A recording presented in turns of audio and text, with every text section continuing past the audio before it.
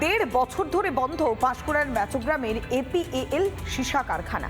চরম বিপাকে পড়েছেন 400 থেকে 500 জন শ্রমিক।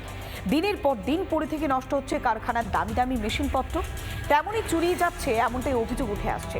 কাজ হারানো শ্রমিকদের অনেকেই অন্য পথ বেছে নিয়েছেন, অনেকেরই এখনো পর্যন্ত রোজগার নেই।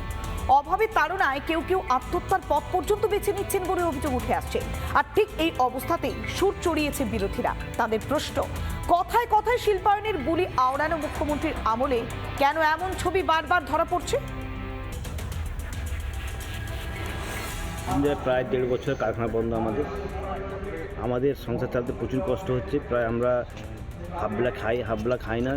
এখানে আমরা প্রোডাকশনের কাজ করতাম। এখানে কি তৈরি হতো? লেট তৈরি হতো, ব্যাটারি লেট তৈরি হতো। দামি দামি জিনিসপত্র মেয়েরা এসে সব লুটপাট করে নিয়ে চলে যেত। আমাদেরকে মানতোই না কিছু, কারণ আমাদেরকে আমার কিছু বলতে গেলে আমাদেরকে মারতে আসবে এবং গালাগালি দিবে। 14 মাস পুরো কারখানা বন্ধ হয়ে আমাদের সংসার সব বন্ধ হয়ে গেছে।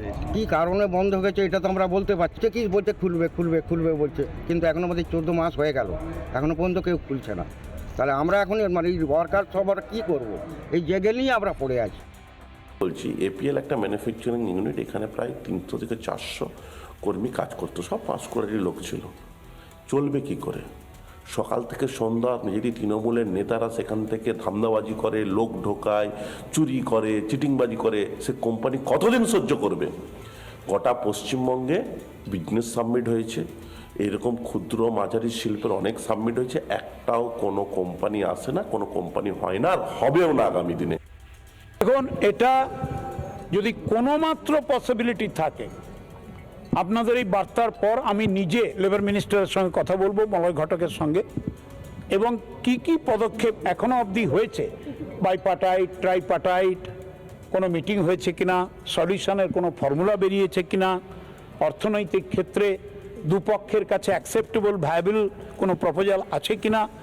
আমরা বন্ধ করার সরকার নয়, আমরা খোলার সরকার।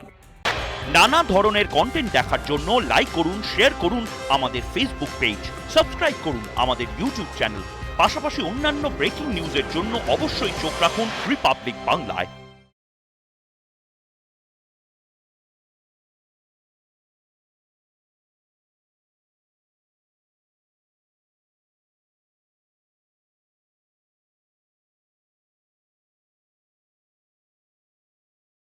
নানা ধরনের কন্টেন্ট দেখার জন্য লাইক করুন, শেয়ার করুন আমাদের ফেসবুক পেজ, সাবস্ক্রাইব করুন আমাদের ইউটিউব চ্যানেল।